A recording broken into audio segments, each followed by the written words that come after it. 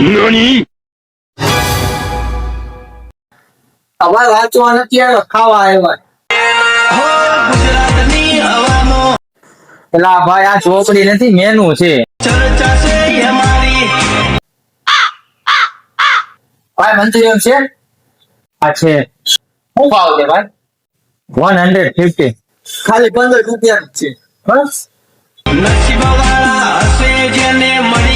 ભાઈ ગુજરાતીમાં 150 રૂપિયા.